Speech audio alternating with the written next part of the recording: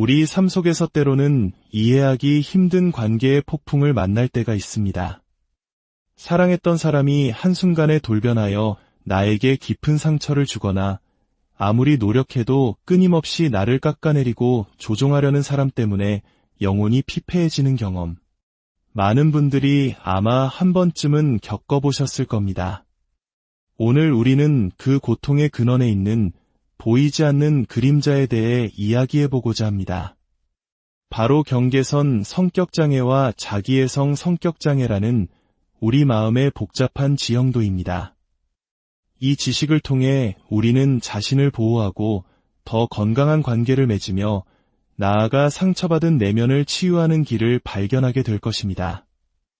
이 지혜의 여정을 시작하기에 앞서 하나님의 은총이 여러분과 함께하기를 기도합니다. 이 영상에 좋아요를 누르고 채널을 구독하시는 것은 단순히 숫자를 늘리는 것이 아니라 더 많은 이들에게 빛과 치유의 메시지를 전파하는 귀한 사역에 동참하시는 것입니다. 여러분의 작은 손길이 누군가에게는 큰 위로와 희망이 될 수 있습니다. 우리는 종종 우울감이나 시련의 아픔을 단순히 의지의 문제로 치부하곤 합니다. 마음만 강하게 먹으면 이겨낼 수 있다고 쉽게 말하죠. 하지만 때로는 우리 의지만으로는 어쩔 수 없는 뇌의 화학적 불균형이 실제로 존재합니다. 그리고 오늘 다룰 두 가지 성격장애는 바로 그 깊은 곳에서부터 시작됩니다. 첫째, 경계선 성격장애입니다. 이 장애의 가장 깊은 뿌리에는 버림받는 것에 대한 영혼 깊은 두려움이 자리하고 있습니다. 이들은 상대방의 사소한 말 한마디, 작은 행동 하나에도 자신이 버려질 것이라는 극심한 공포를 느낍니다. 사랑해라는 말을 듣지 못했다는 이유만으로 그 두려움은 분노라는 가면을 쓰고 폭발적으로 터져나옵니다. 그들의 감정은 마치 고장난 롤러코스터와 같습니다. 단 한 시간, 아니 59분 안에도 기쁨, 슬픔, 공포, 분노 사이를 아찔하게 오갑니다. 이런 감정의 채찍질은 당사자뿐만 아니라 곁에 있는 사람의 영혼까지 지치게 만듭니다. 하지만 이들은 분노를 터뜨린 후에 종종 깊은 후회와 죄책감에 시달립니다. 내가 왜 그랬을까, 미안해라며 매달리지만 이러한 행동이 오히려 상대방을 더 밀어내고 그로 인해 버림받을 것이라는 두려움은 더욱 커지는 악순환에 빠지게 됩니다. 반면 자기애성 성격장애, 흔히 나르시시스트라고 불리는 이들은 전혀 다른 양상을 보입니다. 이들에게 후회나 죄책감은 찾아보기 힘듭니다.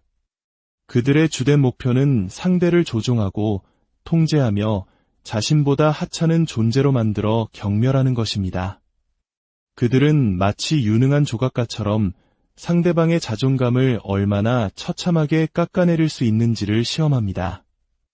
더욱 무서운 것은 그들 스스로는 자신이 무슨 짓을 하고 있는지 전혀 인지하지 못한다는 점입니다. 많은 사람들이 나르시시스트는 자존감이 낮고 약한 사람만을 노릴 것이라고 착각합니다. 하지만 천만에요. 그들에게 약한 상대는 아무런 도전 가치가 없습니다. 그들은 오히려 가장 빛나고 자신감 넘치며 자기애가 강한 사람을 먹잇감으로 삼습니다. 왜냐하면 그런 강한 사람을 무너뜨렸을 때 얻는 쾌감과 통제감이 그들에게는 가장 큰 만족을 주기 때문입니다. 나르시시스트가 과연 변할 수 있을까요? 솔직히 말해 저는 그들이 결코 변하지 않는다고 생각합니다.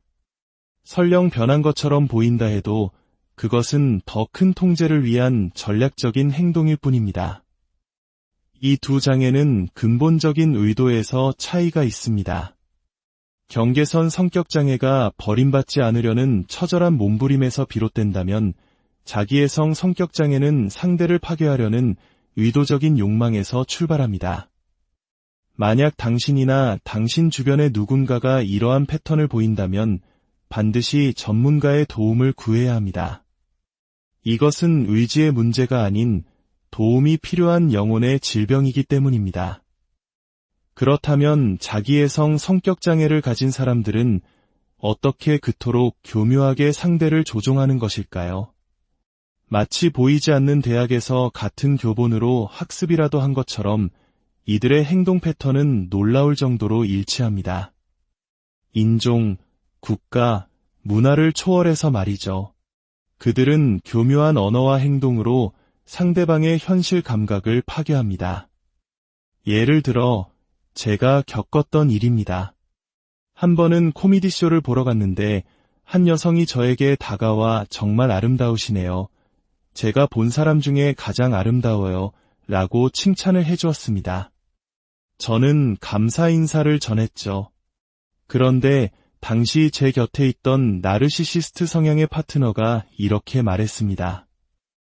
아, 저 여자는 아마 평생 이 동네 밖을 나가본 적이 없나 보네. 순간 저는 제가 공격당하고 있다는 사실조차 깨닫지 못했습니다. 하지만 이런 작은 독침들이 계속해서 박히다 보면 어느새 자신감은 좀먹고 영혼은 서서히 침식됩니다. 내가 이상한 건가? 내가 너무 예민한가? 라며 스스로를 의심하게 만들죠. 이것이 바로 가스라이팅입니다. 그들은 자신들이 만들어낸 거짓된 현실을 상대방이 믿게 만듭니다. 투명한 물이 담긴 컵을 가리키며 이건 분홍색 주스야 라고 확신에 차서 계속 주장하는 것과 같습니다. 인간은 가장 확신에 찬 사람의 말을 믿으려는 경향이 있기 때문에 결국 듣는 사람은 어쩌면 분홍색이 맞을지도 몰라라며 자신의 인지 능력을 의심하게 되는 것입니다. 그들의 가장 큰 특징은 바로 공감 능력의 완전한 부재입니다. 타인의 고통에 전혀 공감하지 못하며 자신에게는 아무런 문제가 없다고 굳게 믿습니다. 그들은 자신이 창조한 망상 속에서 살아가며 그 망상 속으로 다른 사람들을 끌어들이기 위해 사랑의 가면을 쓰고 교묘한 거짓말을 일삼습니다. 이러한 성격장애는 과연 선천적인 것일까요? 아니면 후천적인 환경의 영향일까요? 저는 상당 부분 타고난다고 생각합니다. 뇌의 특정 회로가 남들과 다르게 연결되고 발화하는 것이죠. 이는 특정 신체적 특징이 유전적으로 나타나듯 정신적인 영역에서도 특정 사고와 행동 패턴이 고착화되는 것과 같습니다. 하지만 환경의 영향 또한 무시할 수 없습니다. 특히 우리가 어머니의 뱃속에 있을 때 겪는 경험, 그리고 우리가 물려받은 유전적 유산은 중요합니다. 우리 한국인들에게는 이 개념이 더욱 깊이 와 닿을 수 있습니다. 일제강점기와 6.25 전쟁, 그리고 숨가쁜 산업화 시대를 거치며 우리 부모님과 조부모님 세대가 겪으셨을 그 깊은 트라우마는 우리가 알지 못하는 사이 우리의 유전자 속에, 우리의 무의식 속에 새겨져 있을지 모릅니다. 후성 유전학에서는 트라우마가 최대 15대까지 유전될 수 있다고 말합니다. 세대를 거쳐 내려오는 가난과 상처, 이른바 대물림되는 저주는 단순한 금전적 문제가 아니라 바로 이러한 정신적 유산일 수 있습니다. 그렇다면 이 고통스러운 순환의 고리를 어떻게 끊어낼 수 있을까요? 특히 나르시시스트를 상대할 때는 역사상 가장 강력하고 단단한 경계선을 세워야 합니다. 그들은 경계선을 혐오합니다. 당신이 단호하게 선을 긋는 순간 그들은 당신을 떠나 다른 먹잇감을 찾아 나설 것입니다. 그것이 바로 당신이 자유로워지는 길입니다. 하지만 가장 근본적인 해결책은 바로 나 자신에게로 돌아오는 것입니다. 지난 수십 년간 고대 문명과 양자 물리학을 탐구해온 저 역시 최근 몇 년간은 인간관계와 자기 사랑에 대해 깊이 파고들고 있습니다. 그 과정에서 깨달은 것은 내가 나 자신을 제대로 알지 못하면 결코 건강한 관계를 맺을 수 없다는 사실이었습니다. 스스로에게 시간을 주는 것부터 시작해야 합니다. 과거의 상처와 마주하고 나를 아프게 했던 기억들을 깊이 들여다보는 용기가 필요합니다. 내가 진정으로 원하는 것이 무엇인지, 나의 경계선은 어디까지인지 명확히 알아야 합니다. 스스로를 1점부터 10점까지 평가해보는 것도 좋은 방법입니다. 신체적, 정신적, 감정적, 영적, 재정적, 그리고 에너지적 측면에서 자신에게 점수를 매겨보세요. 그리고 가장 낮은 점수를 받은 영역부터 하나씩 개선해 나가는 겁니다. 한꺼번에 모든 것을 바꾸려 하면 지쳐서 포기하게 됩니다. 예를 들어 신체적 건강이 목표라면 일주일에 3번 침대 옆에서 15분간 운동하겠다는 작은 약속부터 시작하는 겁니다. 영적인 성장이 필요하다면 아침에 눈을 뜨자마자 잠시 눈을 감고 하나님의 사랑과 치유의 에너지가 온몸을 감싸는 상상을 해보세요. 기도는 단순히 무언가를 구걸하는 행위가 아닙니다. 그것은 내 안에 계신 하나님과 연결되고 나의 신성한 가치를 깨닫는 과정입니다. 우리에겐 에너지 풍선이 있다고 상상해 봅시다. 하루에 단 10개의 풍선만 주어집니다. 아침에 5분 늦잠을 자서 허둥대며 풍선 하나를 터뜨리고 아이 문제로 씨름하며 3개를 더 터뜨립니다. 출근길에 끼어드는 차 때문에 화를 내며 또 하나를 터뜨리고 직장에서 동료들의 뒷담화에 신경 쓰며 또 하나를 터뜨립니다. 집에 돌아왔을 때 당신에게는 배우자나 아이들을 위해 쓸 에너지 풍선이 하나도 남아있지 않게 됩니다. 우리는 너무나 많은 에너지를 중요하지 않은 일에 낭비합니다. 다른 사람이 내 풍선을 마음대로 터뜨리도록 내버려 두지 마십시오. 끼어드는 차를 향해 분노하는 대신 저 사람에게 급한 사정이 있나 보구나. 부디 목적지까지 안전하게 도착하기를 일하고 축복해보세요. 어둠의 에너지를 빛의 에너지로 바꾸는 연금술입니다. 어둠은 빛이 있는 곳에 존재할 수 없습니다. 밀려나거나 빛으로 변형될 뿐입니다. 부정적인 감정은 자연스러운 것입니다. 그래서 우리는 의도적으로 긍정성을 선택해야 합니다. 당신이 빛이 되기로 선택했을 때 어떤 사람들은 자신의 어둠이 드러나는 것을 두려워하며 당신을 피할지도 모릅니다. 괜찮습니다. 당신은 그저 당신의 빛을 계속 밝히면 됩니다. 오늘 이 이야기가 여러분의 마음에 작은 등불이 되기를 소망합니다. 고통스러운 관계 속에 있다면 그것이 당신의 잘못이 아님을 깨닫고 스스로를 지킬 힘을 얻으시길 바랍니다. 당신은 혼자가 아닙니다. 여러분은 하나님의 귀한 자녀이며 사랑받을 자격이 충분합니다. 당신의 삶을 통제할 힘은 오직 당신 자신에게 있습니다. 평화는 당신의 선택입니다. 여러분의 모든 걸음에 평화와 은총이 가득하기를, 그리고 상처받은 모든 영혼이 치유의 빛을 발견하기를. 우리 삶 속에서 때로는 이해하기 힘든 관계의 폭풍을 만날 때가 있습니다. 사랑했던 사람이 한순간에 돌변하여 나에게 깊은 상처를 주거나 아무리 노력해도 끊임없이 나를 깎아내리고 조종하려는 사람 때문에 영혼이 피폐해지는 경험. 많은 분들이 아마 한 번쯤은 겪어보셨을 겁니다. 오늘 우리는 그 고통의 근원에 있는 보이지 않는 그림자에 대해 이야기해보고자 합니다. 바로 경계선 성격장애와 자기애성 성격장애라는 우리 마음의 복잡한 지형도입니다. 이 지식을 통해 우리는 자신을 보호하고 더 건강한 관계를 맺으며 나아가 상처받은 내면을 치유하는 길을 발견하게 될 것입니다. 이 지혜의 여정을 시작하기에 앞서 하나님의 은총이 여러분과 함께하기를 기도합니다. 이 영상에 좋아요를 누르고 채널을 구독하시는 것은 단순히 숫자를 늘리는 것이 아니라 더 많은 이들에게 빛과 치유의 메시지를 전파하는 귀한 사역에 동참하시는 것입니다. 여러분의 작은 손길이 누군가에게는 큰 위로와 희망이 될 수 있습니다. 우리는 종종 우울감이나 시련의 아픔을 단순히 의지의 문제로 치부하곤 합니다. 마음만 강하게 먹으면 이겨낼 수 있다고 쉽게 말하죠. 하지만 때로는 우리 의지만으로는 어쩔 수 없는 뇌의 화학적 불균형이 실제로 존재합니다. 그리고 오늘 다룰 두 가지 성격장애는 바로 그 깊은 곳에서부터 시작됩니다. 첫째, 경계선 성격장애입니다. 이 장애의 가장 깊은 뿌리에는 버림받는 것에 대한 영혼 깊은 두려움이 자리하고 있습니다.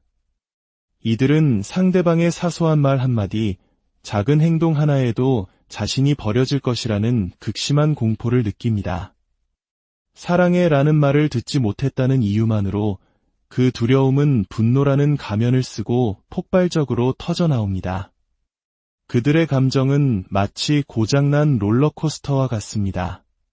단 한 시간, 아니 59분 안에도 기쁨, 슬픔, 공포, 분노 사이를 아찔하게 오갑니다. 이런 감정의 채찍질은 당사자뿐만 아니라 곁에 있는 사람의 영혼까지 지치게 만듭니다. 하지만 이들은 분노를 터뜨린 후에 종종 깊은 후회와 죄책감에 시달립니다. 내가 왜 그랬을까, 미안해라며 매달리지만 이러한 행동이 오히려 상대방을 더 밀어내고 그로 인해 버림받을 것이라는 두려움은 더욱 커지는 악순환에 빠지게 됩니다. 반면 자기애성 성격장애, 흔히 나르시시스트라고 불리는 이들은 전혀 다른 양상을 보입니다. 이들에게 후회나 죄책감은 찾아보기 힘듭니다. 그들의 주된 목표는 상대를 조종하고 통제하며 자신보다 하찮은 존재로 만들어 경멸하는 것입니다. 그들은 마치 유능한 조각가처럼 상대방의 자존감을 얼마나 처참하게 깎아내릴 수 있는지를 시험합니다. 더욱 무서운 것은 그들 스스로는 자신이 무슨 짓을 하고 있는지 전혀 인지하지 못한다는 점입니다. 많은 사람들이 나르시시스트는 자존감이 낮고 약한 사람만을 노릴 것이라고 착각합니다. 하지만 천만에요. 그들에게 약한 상대는 아무런 도전 가치가 없습니다. 그들은 오히려 가장 빛나고 자신감 넘치며 자기애가 강한 사람을 먹잇감으로 삼습니다. 왜냐하면 그런 강한 사람을 무너뜨렸을 때 얻는 쾌감과 통제감이 그들에게는 가장 큰 만족을 주기 때문입니다. 나르시시스트가 과연 변할 수 있을까요? 솔직히 말해, 저는 그들이 결코 변하지 않는다고 생각합니다. 설령 변한 것처럼 보인다 해도 그것은 더 큰 통제를 위한 전략적인 행동일 뿐입니다. 이 두 장애는 근본적인 의도에서 차이가 있습니다. 경계선 성격장애가 버림받지 않으려는 처절한 몸부림에서 비롯된다면 자기애성 성격장애는 상대를 파괴하려는 의도적인 욕망에서 출발합니다. 만약 당신이나 당신 주변의 누군가가 이러한 패턴을 보인다면 반드시 전문가의 도움을 구해야 합니다. 이것은 의지의 문제가 아닌 도움이 필요한 영혼의 질병이기 때문입니다. 그렇다면 자기애성 성격장애를 가진 사람들은 어떻게 그토록 교묘하게 상대를 조종하는 것일까요? 마치 보이지 않는 대학에서 같은 교본으로 학습이라도 한 것처럼 이들의 행동 패턴은 놀라울 정도로 일치합니다. 인종, 국가, 문화를 초월해서 말이죠. 그들은 교묘한 언어와 행동으로 상대방의 현실 감각을 파괴합니다. 예를 들어 제가 겪었던 일입니다. 한 번은 코미디쇼를 보러 갔는데 한 여성이 저에게 다가와 정말 아름다우시네요. 제가 본 사람 중에 가장 아름다워요. 라고 칭찬을 해주었습니다. 저는 감사 인사를 전했죠. 그런데 당시 제 곁에 있던 나르시시스트 성향의 파트너가 이렇게 말했습니다. 아, 저 여자는 아마 평생 이 동네 밖을 나가본 적이 없나 보네. 순간 저는 제가 공격당하고 있다는 사실조차 깨닫지 못했습니다. 하지만 이런 작은 독침들이 계속해서 박히다 보면 어느새 자신감은 좀먹고 영혼은 서서히 침식됩니다. 내가 이상한 건가? 내가 너무 예민한가? 라며 스스로를 의심하게 만들죠. 이것이 바로 가스라이팅입니다. 그들은 자신들이 만들어낸 거짓된 현실을 상대방이 믿게 만듭니다. 투명한 물이 담긴 컵을 가리키며 이건 분홍색 주스야 라고 확신에 차서 계속 주장하는 것과 같습니다. 인간은 가장 확신에 찬 사람의 말을 믿으려는 경향이 있기 때문에 결국 듣는 사람은 어쩌면 분홍색이 맞을지도 몰라라며 자신의 인지 능력을 의심하게 되는 것입니다. 그들의 가장 큰 특징은 바로 공감 능력의 완전한 부재입니다. 타인의 고통에 전혀 공감하지 못하며 자신에게는 아무런 문제가 없다고 굳게 믿습니다. 그들은 자신이 창조한 망상 속에서 살아가며 그 망상 속으로 다른 사람들을 끌어들이기 위해 사랑의 가면을 쓰고 교묘한 거짓말을 일삼습니다. 이러한 성격장애는 과연 선천적인 것일까요? 아니면 후천적인 환경의 영향일까요?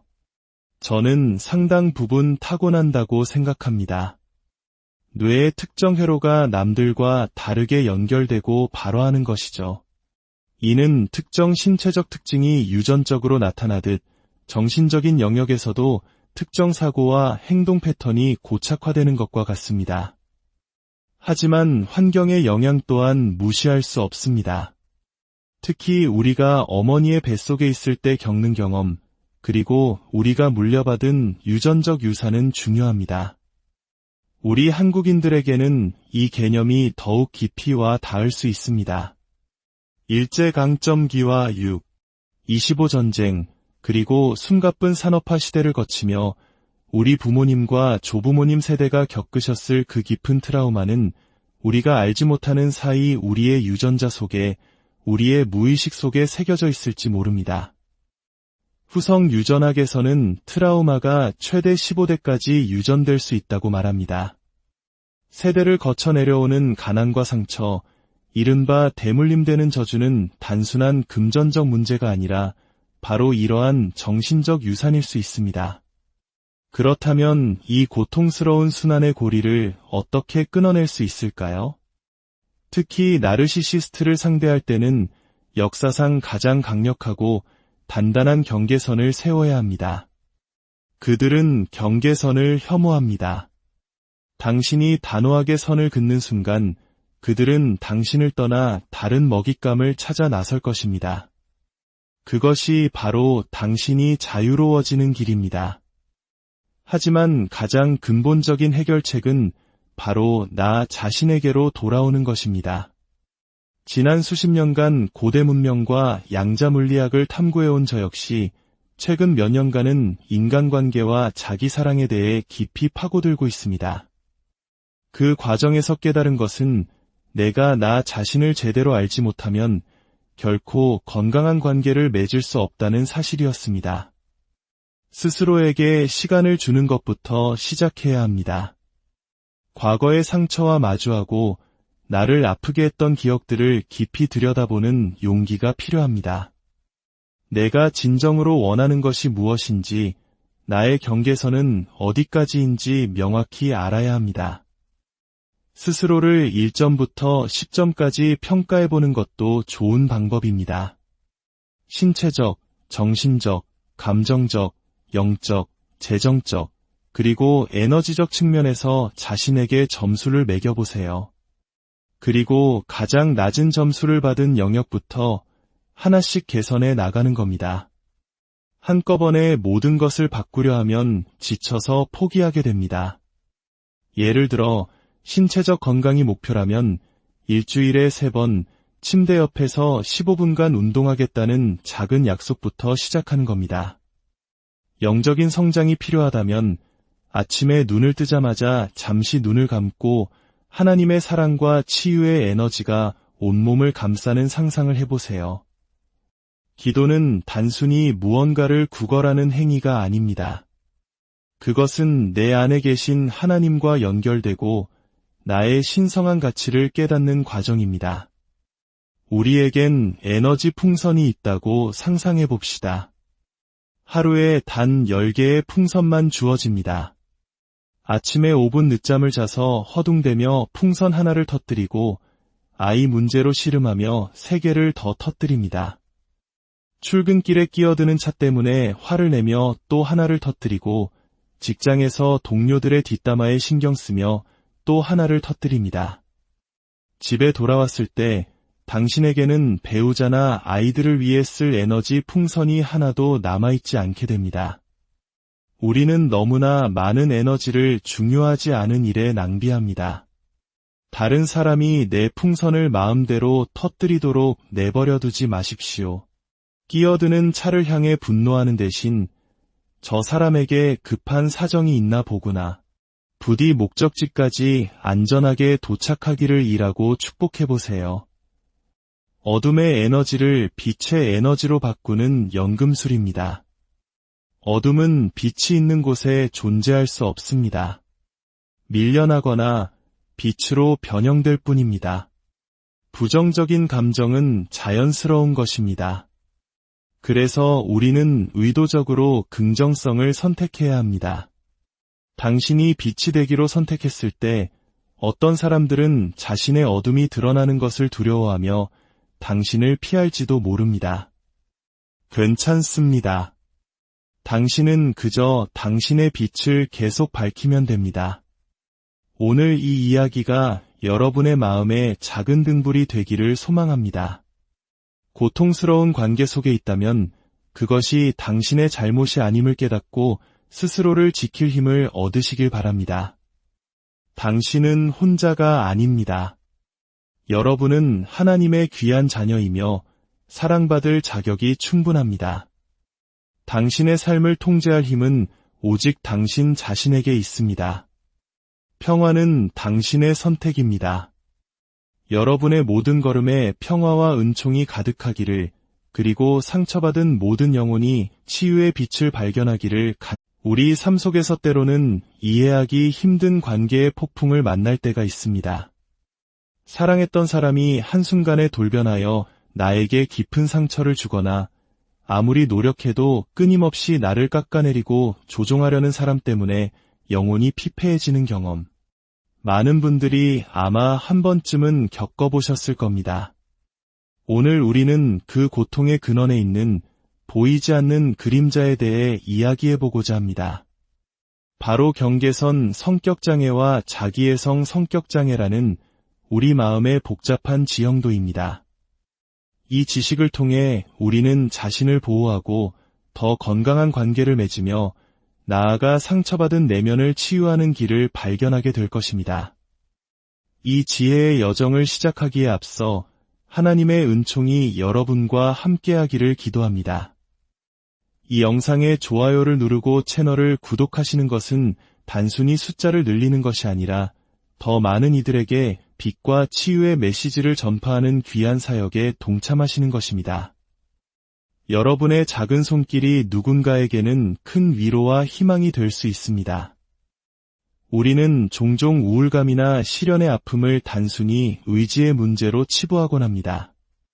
마음만 강하게 먹으면 이겨낼 수 있다고 쉽게 말하죠.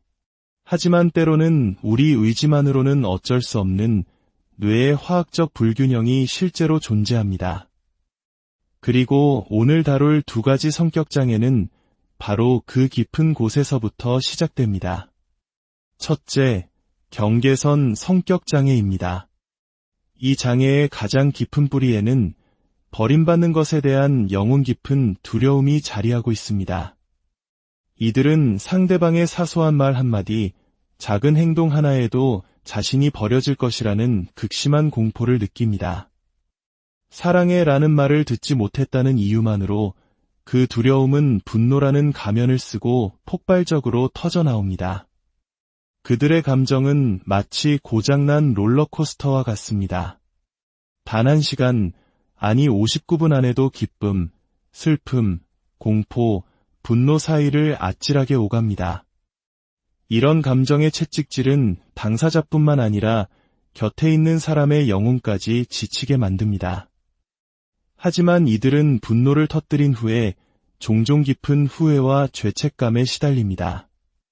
내가 왜 그랬을까, 미안해라며 매달리지만 이러한 행동이 오히려 상대방을 더 밀어내고 그로 인해 버림받을 것이라는 두려움은 더욱 커지는 악순환에 빠지게 됩니다. 반면 자기애성 성격장애, 흔히 나르시시스트라고 불리는 이들은 전혀 다른 양상을 보입니다. 이들에게 후회나 죄책감은 찾아보기 힘듭니다. 그들의 주된 목표는 상대를 조종하고 통제하며 자신보다 하찮은 존재로 만들어 경멸하는 것입니다. 그들은 마치 유능한 조각가처럼 상대방의 자존감을 얼마나 처참하게 깎아내릴 수 있는지를 시험합니다. 더욱 무서운 것은 그들 스스로는 자신이 무슨 짓을 하고 있는지 전혀 인지하지 못한다는 점입니다. 많은 사람들이 나르시시스트는 자존감이 낮고 약한 사람만을 노릴 것이라고 착각합니다. 하지만 천만에요. 그들에게 약한 상대는 아무런 도전 가치가 없습니다. 그들은 오히려 가장 빛나고 자신감 넘치며 자기애가 강한 사람을 먹잇감으로 삼습니다. 왜냐하면 그런 강한 사람을 무너뜨렸을 때 얻는 쾌감과 통제감이 그들에게는 가장 큰 만족을 주기 때문입니다. 나르시시스트가 과연 변할 수 있을까요? 솔직히 말해 저는 그들이 결코 변하지 않는다고 생각합니다. 설령 변한 것처럼 보인다 해도 그것은 더 큰 통제를 위한 전략적인 행동일 뿐입니다. 이 두 장애는 근본적인 의도에서 차이가 있습니다. 경계선 성격장애가 버림받지 않으려는 처절한 몸부림에서 비롯된다면 자기애성 성격장애는 상대를 파괴하려는 의도적인 욕망에서 출발합니다. 만약 당신이나 당신 주변의 누군가가 이러한 패턴을 보인다면 반드시 전문가의 도움을 구해야 합니다. 이것은 의지의 문제가 아닌 도움이 필요한 영혼의 질병이기 때문입니다. 그렇다면 자기애성 성격장애를 가진 사람들은 어떻게 그토록 교묘하게 상대를 조종하는 것일까요? 마치 보이지 않는 대학에서 같은 교본으로 학습이라도 한 것처럼 이들의 행동 패턴은 놀라울 정도로 일치합니다. 인종, 국가, 문화를 초월해서 말이죠. 그들은 교묘한 언어와 행동으로 상대방의 현실 감각을 파괴합니다. 예를 들어 제가 겪었던 일입니다. 한 번은 코미디쇼를 보러 갔는데 한 여성이 저에게 다가와 정말 아름다우시네요. 제가 본 사람 중에 가장 아름다워요. 라고 칭찬을 해주었습니다. 저는 감사 인사를 전했죠. 그런데 당시 제 곁에 있던 나르시시스트 성향의 파트너가 이렇게 말했습니다. 아, 저 여자는 아마 평생 이 동네 밖을 나가본 적이 없나 보네. 순간 저는 제가 공격당하고 있다는 사실조차 깨닫지 못했습니다. 하지만 이런 작은 독침들이 계속해서 박히다 보면 어느새 자신감은 좀먹고 영혼은 서서히 침식됩니다. 내가 이상한 건가? 내가 너무 예민한가? 라며 스스로를 의심하게 만들죠. 이것이 바로 가스라이팅입니다. 그들은 자신들이 만들어낸 거짓된 현실을 상대방이 믿게 만듭니다. 투명한 물이 담긴 컵을 가리키며 이건 분홍색 주스야 라고 확신에 차서 계속 주장하는 것과 같습니다.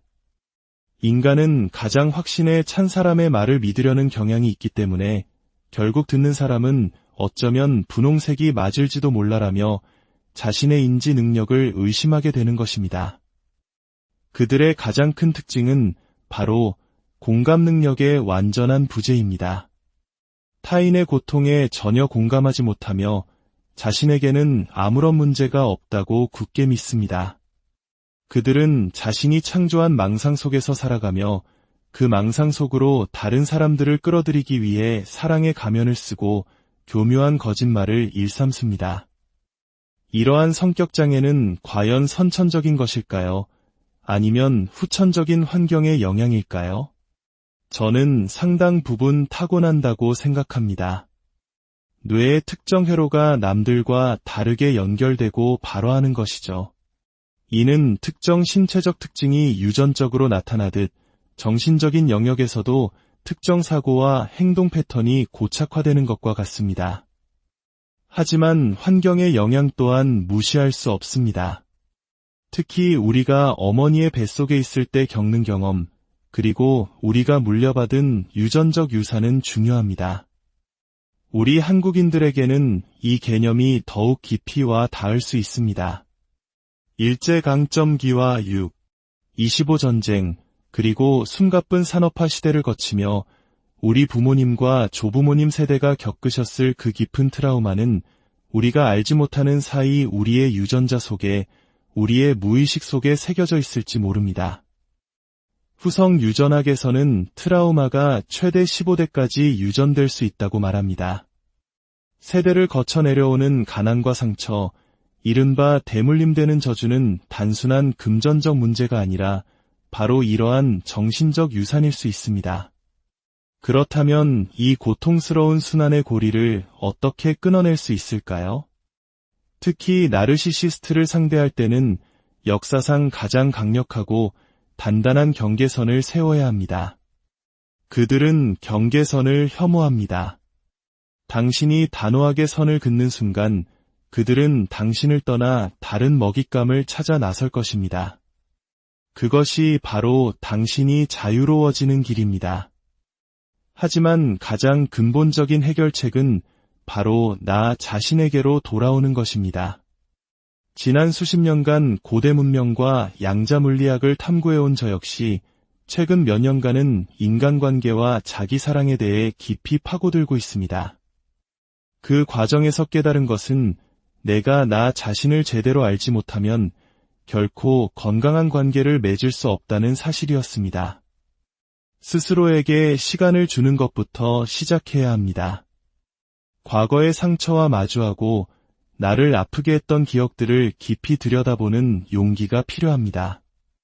내가 진정으로 원하는 것이 무엇인지, 나의 경계선은 어디까지인지 명확히 알아야 합니다. 스스로를 1점부터 10점까지 평가해보는 것도 좋은 방법입니다. 신체적, 정신적, 감정적, 영적, 재정적, 그리고 에너지적 측면에서 자신에게 점수를 매겨보세요. 그리고 가장 낮은 점수를 받은 영역부터 하나씩 개선해 나가는 겁니다. 한꺼번에 모든 것을 바꾸려 하면 지쳐서 포기하게 됩니다.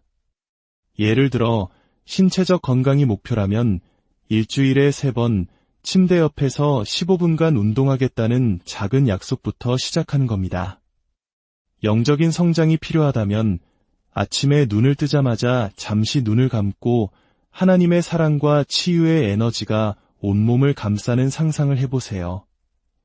기도는 단순히 무언가를 구걸하는 행위가 아닙니다. 그것은 내 안에 계신 하나님과 연결되고 나의 신성한 가치를 깨닫는 과정입니다.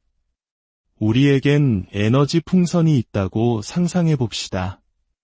하루에 단 10개의 풍선만 주어집니다. 아침에 5분 늦잠을 자서 허둥대며 풍선 하나를 터뜨리고 아이 문제로 씨름하며 3개를 더 터뜨립니다. 출근길에 끼어드는 차 때문에 화를 내며 또 하나를 터뜨리고 직장에서 동료들의 뒷담화에 신경 쓰며 또 하나를 터뜨립니다. 집에 돌아왔을 때 당신에게는 배우자나 아이들을 위해 쓸 에너지 풍선이 하나도 남아있지 않게 됩니다. 우리는 너무나 많은 에너지를 중요하지 않은 일에 낭비합니다. 다른 사람이 내 풍선을 마음대로 터뜨리도록 내버려 두지 마십시오. 끼어드는 차를 향해 분노하는 대신 저 사람에게 급한 사정이 있나 보구나. 부디 목적지까지 안전하게 도착하기를 일하고 축복해보세요. 어둠의 에너지를 빛의 에너지로 바꾸는 연금술입니다. 어둠은 빛이 있는 곳에 존재할 수 없습니다. 밀려나거나 빛으로 변형될 뿐입니다. 부정적인 감정은 자연스러운 것입니다. 그래서 우리는 의도적으로 긍정성을 선택해야 합니다. 당신이 빛이 되기로 선택했을 때 어떤 사람들은 자신의 어둠이 드러나는 것을 두려워하며 당신을 피할지도 모릅니다. 괜찮습니다. 당신은 그저 당신의 빛을 계속 밝히면 됩니다. 오늘 이 이야기가 여러분의 마음에 작은 등불이 되기를 소망합니다. 고통스러운 관계 속에 있다면 그것이 당신의 잘못이 아님을 깨닫고 스스로를 지킬 힘을 얻으시길 바랍니다. 당신은 혼자가 아닙니다. 여러분은 하나님의 귀한 자녀이며 사랑받을 자격이 충분합니다. 당신의 삶을 통제할 힘은 오직 당신 자신에게 있습니다. 평화는 당신의 선택입니다. 여러분의 모든 걸음에 평화와 은총이 가득하기를, 그리고 상처받은 모든 영혼이 치유의 빛을 발견하기를. 우리 삶 속에서 때로는 이해하기 힘든 관계의 폭풍을 만날 때가 있습니다. 사랑했던 사람이 한순간에 돌변하여 나에게 깊은 상처를 주거나 아무리 노력해도 끊임없이 나를 깎아내리고 조종하려는 사람 때문에 영혼이 피폐해지는 경험. 많은 분들이 아마 한 번쯤은 겪어보셨을 겁니다. 오늘 우리는 그 고통의 근원에 있는 보이지 않는 그림자에 대해 이야기해보고자 합니다. 바로 경계선 성격장애와 자기애성 성격장애라는 우리 마음의 복잡한 지형도입니다. 이 지식을 통해 우리는 자신을 보호하고 더 건강한 관계를 맺으며 나아가 상처받은 내면을 치유하는 길을 발견하게 될 것입니다. 이 지혜의 여정을 시작하기에 앞서 하나님의 은총이 여러분과 함께하기를 기도합니다. 이 영상에 좋아요를 누르고 채널을 구독하시는 것은 단순히 숫자를 늘리는 것이 아니라 더 많은 이들에게 빛과 치유의 메시지를 전파하는 귀한 사역에 동참하시는 것입니다. 여러분의 작은 손길이 누군가에게는 큰 위로와 희망이 될 수 있습니다. 우리는 종종 우울감이나 시련의 아픔을 단순히 의지의 문제로 치부하곤 합니다. 마음만 강하게 먹으면 이겨낼 수 있다고 쉽게 말하죠. 하지만 때로는 우리 의지만으로는 어쩔 수 없는 뇌의 화학적 불균형이 실제로 존재합니다. 그리고 오늘 다룰 두 가지 성격장애는 바로 그 깊은 곳에서부터 시작됩니다. 첫째, 경계선 성격장애입니다. 이 장애의 가장 깊은 뿌리에는 버림받는 것에 대한 영혼 깊은 두려움이 자리하고 있습니다. 이들은 상대방의 사소한 말 한마디, 작은 행동 하나에도 자신이 버려질 것이라는 극심한 공포를 느낍니다. 사랑해라는 말을 듣지 못했다는 이유만으로 그 두려움은 분노라는 가면을 쓰고 폭발적으로 터져나옵니다. 그들의 감정은 마치 고장난 롤러코스터와 같습니다.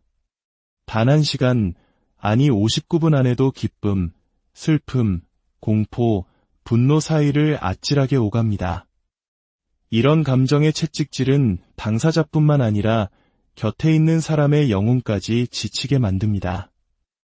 하지만 이들은 분노를 터뜨린 후에 종종 깊은 후회와 죄책감에 시달립니다. 내가 왜 그랬을까, 미안해라며 매달리지만 이러한 행동이 오히려 상대방을 더 밀어내고 그로 인해 버림받을 것이라는 두려움은 더욱 커지는 악순환에 빠지게 됩니다. 반면 자기애성 성격장애, 흔히 나르시시스트라고 불리는 이들은 전혀 다른 양상을 보입니다. 이들에게 후회나 죄책감은 찾아보기 힘듭니다. 그들의 주된 목표는 상대를 조종하고 통제하며 자신보다 하찮은 존재로 만들어 경멸하는 것입니다. 그들은 마치 유능한 조각가처럼 상대방의 자존감을 얼마나 처참하게 깎아내릴 수 있는지를 시험합니다. 더욱 무서운 것은 그들 스스로는 자신이 무슨 짓을 하고 있는지 전혀 인지하지 못한다는 점입니다. 많은 사람들이 나르시시스트는 자존감이 낮고 약한 사람만을 노릴 것이라고 착각합니다. 하지만 천만에요. 그들에게 약한 상대는 아무런 도전 가치가 없습니다. 그들은 오히려 가장 빛나고 자신감 넘치며 자기애가 강한 사람을 먹잇감으로 삼습니다. 왜냐하면 그런 강한 사람을 무너뜨렸을 때 얻는 쾌감과 통제감이 그들에게는 가장 큰 만족을 주기 때문입니다. 나르시시스트가 과연 변할 수 있을까요? 솔직히 말해 저는 그들이 결코 변하지 않는다고 생각합니다. 설령 변한 것처럼 보인다 해도 그것은 더 큰 통제를 위한 전략적인 행동일 뿐입니다. 이 두 장애는 근본적인 의도에서 차이가 있습니다. 경계선 성격장애가 버림받지 않으려는 처절한 몸부림에서 비롯된다면 자기애성 성격장애는 상대를 파괴하려는 의도적인 욕망에서 출발합니다. 만약 당신이나 당신 주변의 누군가가 이러한 패턴을 보인다면 반드시 전문가의 도움을 구해야 합니다. 이것은 의지의 문제가 아닌 도움이 필요한 영혼의 질병이기 때문입니다. 그렇다면 자기애성 성격장애를 가진 사람들은 어떻게 그토록 교묘하게 상대를 조종하는 것일까요? 마치 보이지 않는 대학에서 같은 교본으로 학습이라도 한 것처럼 이들의 행동 패턴은 놀라울 정도로 일치합니다. 인종, 국가, 문화를 초월해서 말이죠. 그들은 교묘한 언어와 행동으로 상대방의 현실 감각을 파괴합니다. 예를 들어 제가 겪었던 일입니다. 한 번은 코미디쇼를 보러 갔는데 한 여성이 저에게 다가와 정말 아름다우시네요. 제가 본 사람 중에 가장 아름다워요. 라고 칭찬을 해주었습니다. 저는 감사 인사를 전했죠. 그런데 당시 제 곁에 있던 나르시시스트 성향의 파트너가 이렇게 말했습니다. 아, 저 여자는 아마 평생 이 동네 밖을 나가본 적이 없나 보네. 순간 저는 제가 공격당하고 있다는 사실조차 깨닫지 못했습니다. 하지만 이런 작은 독침들이 계속해서 박히다 보면 어느새 자신감은 좀먹고 영혼은 서서히 침식됩니다. 내가 이상한 건가? 내가 너무 예민한가? 라며 스스로를 의심하게 만들죠. 이것이 바로 가스라이팅입니다. 그들은 자신들이 만들어낸 거짓된 현실을 상대방이 믿게 만듭니다. 투명한 물이 담긴 컵을 가리키며 이건 분홍색 주스야 라고 확신에 차서 계속 주장하는 것과 같습니다. 인간은 가장 확신에 찬 사람의 말을 믿으려는 경향이 있기 때문에 결국 듣는 사람은 어쩌면 분홍색이 맞을지도 몰라라며 자신의 인지 능력을 의심하게 되는 것입니다. 그들의 가장 큰 특징은 바로 공감 능력의 완전한 부재입니다. 타인의 고통에 전혀 공감하지 못하며 자신에게는 아무런 문제가 없다고 굳게 믿습니다. 그들은 자신이 창조한 망상 속에서 살아가며 그 망상 속으로 다른 사람들을 끌어들이기 위해 사랑의 가면을 쓰고 교묘한 거짓말을 일삼습니다. 이러한 성격장애는 과연 선천적인 것일까요? 아니면 후천적인 환경의 영향일까요? 저는 상당 부분 타고난다고 생각합니다. 뇌의 특정 회로가 남들과 다르게 연결되고 발화하는 것이죠. 이는 특정 신체적 특징이 유전적으로 나타나듯 정신적인 영역에서도 특정 사고와 행동 패턴이 고착화되는 것과 같습니다. 하지만 환경의 영향 또한 무시할 수 없습니다. 특히 우리가 어머니의 뱃속에 있을 때 겪는 경험, 그리고 우리가 물려받은 유전적 유산은 중요합니다. 우리 한국인들에게는 이 개념이 더욱 깊이 와 닿을 수 있습니다. 일제강점기와 6.25전쟁, 그리고 숨가쁜 산업화 시대를 거치며 우리 부모님과 조부모님 세대가 겪으셨을 그 깊은 트라우마는 우리가 알지 못하는 사이 우리의 유전자 속에, 우리의 무의식 속에 새겨져 있을지 모릅니다. 후성 유전학에서는 트라우마가 최대 15대까지 유전될 수 있다고 말합니다. 세대를 거쳐 내려오는 가난과 상처, 이른바 대물림되는 저주는 단순한 금전적 문제가 아니라 바로 이러한 정신적 유산일 수 있습니다. 그렇다면 이 고통스러운 순환의 고리를 어떻게 끊어낼 수 있을까요? 특히 나르시시스트를 상대할 때는 역사상 가장 강력하고 단단한 경계선을 세워야 합니다. 그들은 경계선을 혐오합니다.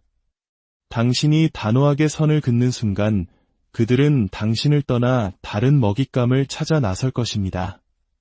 그것이 바로 당신이 자유로워지는 길입니다. 하지만 가장 근본적인 해결책은 바로 나 자신에게로 돌아오는 것입니다. 지난 수십 년간 고대 문명과 양자 물리학을 탐구해온 저 역시 최근 몇 년간은 인간관계와 자기 사랑에 대해 깊이 파고들고 있습니다. 그 과정에서 깨달은 것은 내가 나 자신을 제대로 알지 못하면 결코 건강한 관계를 맺을 수 없다는 사실이었습니다. 스스로에게 시간을 주는 것부터 시작해야 합니다. 과거의 상처와 마주하고 나를 아프게 했던 기억들을 깊이 들여다보는 용기가 필요합니다. 내가 진정으로 원하는 것이 무엇인지, 나의 경계선은 어디까지인지 명확히 알아야 합니다. 스스로를 1점부터 10점까지 평가해보는 것도 좋은 방법입니다. 신체적, 정신적, 감정적, 영적, 재정적, 그리고 에너지적 측면에서 자신에게 점수를 매겨보세요. 그리고 가장 낮은 점수를 받은 영역부터 하나씩 개선해 나가는 겁니다. 한꺼번에 모든 것을 바꾸려 하면 지쳐서 포기하게 됩니다. 예를 들어 신체적 건강이 목표라면 일주일에 3번 침대 옆에서 15분간 운동하겠다는 작은 약속부터 시작하는 겁니다. 영적인 성장이 필요하다면 아침에 눈을 뜨자마자 잠시 눈을 감고 하나님의 사랑과 치유의 에너지가 온몸을 감싸는 상상을 해보세요. 기도는 단순히 무언가를 구걸하는 행위가 아닙니다. 그것은 내 안에 계신 하나님과 연결되고 나의 신성한 가치를 깨닫는 과정입니다. 우리에겐 에너지 풍선이 있다고 상상해 봅시다. 하루에 단 10개의 풍선만 주어집니다. 아침에 5분 늦잠을 자서 허둥대며 풍선 하나를 터뜨리고 아이 문제로 씨름하며 3개를 더 터뜨립니다. 출근길에 끼어드는 차 때문에 화를 내며 또 하나를 터뜨리고 직장에서 동료들의 뒷담화에 신경 쓰며 또 하나를 터뜨립니다. 집에 돌아왔을 때 당신에게는 배우자나 아이들을 위해 쓸 에너지 풍선이 하나도 남아있지 않게 됩니다. 우리는 너무나 많은 에너지를 중요하지 않은 일에 낭비합니다. 다른 사람이 내 풍선을 마음대로 터뜨리도록 내버려 두지 마십시오. 끼어드는 차를 향해 분노하는 대신 저 사람에게 급한 사정이 있나 보구나. 부디 목적지까지 안전하게 도착하기를 이라고 축복해보세요. 어둠의 에너지를 빛의 에너지로 바꾸는 연금술입니다. 어둠은 빛이 있는 곳에 존재할 수 없습니다. 밀려나거나 빛으로 변형될 뿐입니다. 부정적인 감정은 자연스러운 것입니다. 그래서 우리는 의도적으로 긍정성을 선택해야 합니다. 당신이 빛이 되기로 선택했을 때 어떤 사람들은 자신의 어둠이 드러나는 것을 두려워하며 당신을 피할지도 모릅니다.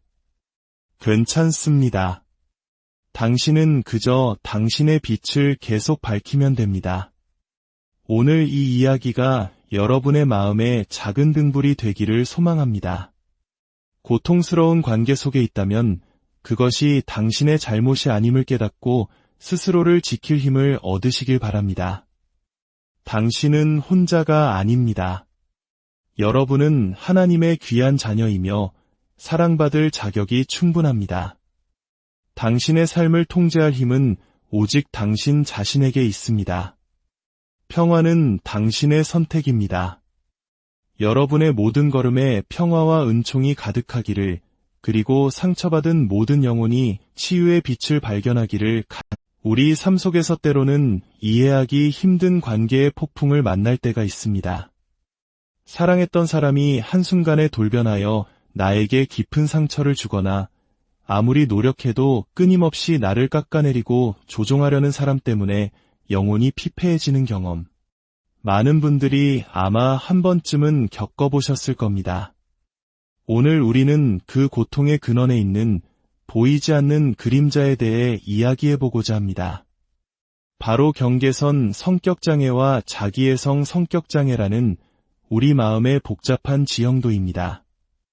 이 지식을 통해 우리는 자신을 보호하고 더 건강한 관계를 맺으며 나아가 상처받은 내면을 치유하는 길을 발견하게 될 것입니다.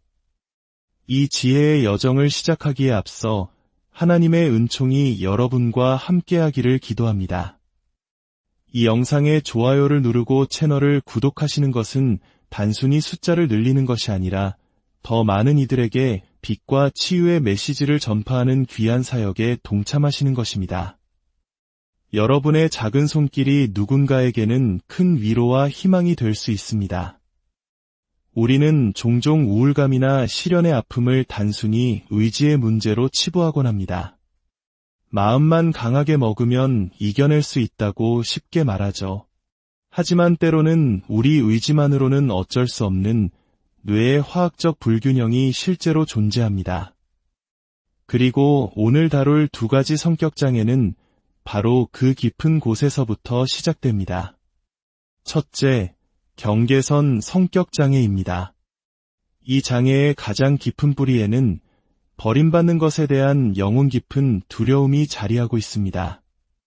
이들은 상대방의 사소한 말 한마디, 작은 행동 하나에도 자신이 버려질 것이라는 극심한 공포를 느낍니다. 사랑해라는 말을 듣지 못했다는 이유만으로 그 두려움은 분노라는 가면을 쓰고 폭발적으로 터져나옵니다. 그들의 감정은 마치 고장난 롤러코스터와 같습니다. 단 1시간, 아니 59분 안에도 기쁨, 슬픔, 공포, 분노 사이를 아찔하게 오갑니다. 이런 감정의 채찍질은 당사자뿐만 아니라 곁에 있는 사람의 영혼까지 지치게 만듭니다. 하지만 이들은 분노를 터뜨린 후에 종종 깊은 후회와 죄책감에 시달립니다. 내가 왜 그랬을까, 미안해라며 매달리지만 이러한 행동이 오히려 상대방을 더 밀어내고 그로 인해 버림받을 것이라는 두려움은 더욱 커지는 악순환에 빠지게 됩니다. 반면 자기애성 성격장애, 흔히 나르시시스트라고 불리는 이들은 전혀 다른 양상을 보입니다. 이들에게 후회나 죄책감은 찾아보기 힘듭니다. 그들의 주된 목표는 상대를 조종하고 통제하며 자신보다 하찮은 존재로 만들어 경멸하는 것입니다. 그들은 마치 유능한 조각가처럼 상대방의 자존감을 얼마나 처참하게 깎아내릴 수 있는지를 시험합니다. 더욱 무서운 것은 그들 스스로는 자신이 무슨 짓을 하고 있는지 전혀 인지하지 못한다는 점입니다. 많은 사람들이 나르시시스트는 자존감이 낮고 약한 사람만을 노릴 것이라고 착각합니다. 하지만 천만에요. 그들에게 약한 상대는 아무런 도전 가치가 없습니다. 그들은 오히려 가장 빛나고 자신감 넘치며 자기애가 강한 사람을 먹잇감으로 삼습니다. 왜냐하면 그런 강한 사람을 무너뜨렸을 때 얻는 쾌감과 통제감이 그들에게는 가장 큰 만족을 주기 때문입니다. 나르시시스트가 과연 변할 수 있을까요? 솔직히 말해, 저는 그들이 결코 변하지 않는다고 생각합니다. 설령 변한 것처럼 보인다 해도 그것은 더 큰 통제를 위한 전략적인 행동일 뿐입니다. 이 두 장애는 근본적인 의도에서 차이가 있습니다. 경계선 성격장애가 버림받지 않으려는 처절한 몸부림에서 비롯된다면 자기애성 성격장애는 상대를 파괴하려는 의도적인 욕망에서 출발합니다. 만약 당신이나 당신 주변의 누군가가 이러한 패턴을 보인다면 반드시 전문가의 도움을 구해야 합니다. 이것은 의지의 문제가 아닌 도움이 필요한 영혼의 질병이기 때문입니다. 그렇다면 자기애성 성격장애를 가진 사람들은 어떻게 그토록 교묘하게 상대를 조종하는 것일까요? 마치 보이지 않는 대학에서 같은 교본으로 학습이라도 한 것처럼 이들의 행동 패턴은 놀라울 정도로 일치합니다. 인종, 국가, 문화를 초월해서 말이죠. 그들은 교묘한 언어와 행동으로 상대방의 현실 감각을 파괴합니다. 예를 들어 제가 겪었던 일입니다. 한 번은 코미디쇼를 보러 갔는데 한 여성이 저에게 다가와 정말 아름다우시네요. 제가 본 사람 중에 가장 아름다워요. 라고 칭찬을 해주었습니다. 저는 감사 인사를 전했죠. 그런데 당시 제 곁에 있던 나르시시스트 성향의 파트너가 이렇게 말했습니다. 아, 저 여자는 아마 평생 이 동네 밖을 나가본 적이 없나 보네. 순간 저는 제가 공격당하고 있다는 사실조차 깨닫지 못했습니다. 하지만 이런 작은 독침들이 계속해서 박히다 보면 어느새 자신감은 좀 먹고 영혼은 서서히 침식됩니다. 내가 이상한 건가? 내가 너무